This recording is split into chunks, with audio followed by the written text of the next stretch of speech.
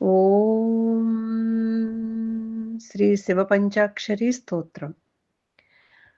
నాగేంద్రహారాయ త్రిలోచనాయ భస్మాంగరాగాయ మహేశ్వరాయ నిత్యాయ శుద్ధాయ దిగంబరాయ తస్మై నకారాయ నమః శివాయ.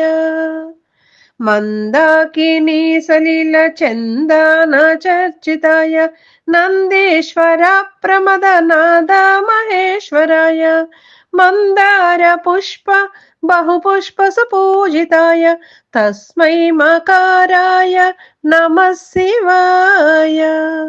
శివాయ గౌరీ వదనాబ్జ భృంగ సూర్యాయ దక్షధ్వరనాసకాయ శ్రీనీలకంఠాయ వృషధ్వజాయ తస్మై శిఖారాయ నమః శివాయ.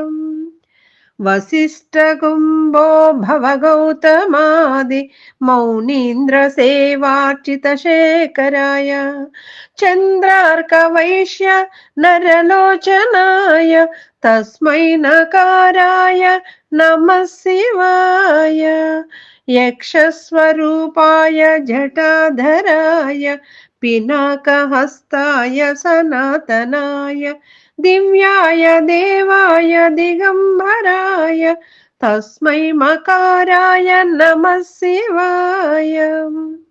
పంచాక్షరమిదం పుణ్యం యః పఠేత్ శివ సన్నిధౌ శివలోకమవాప్నోతి శివేన సహ మోదతే.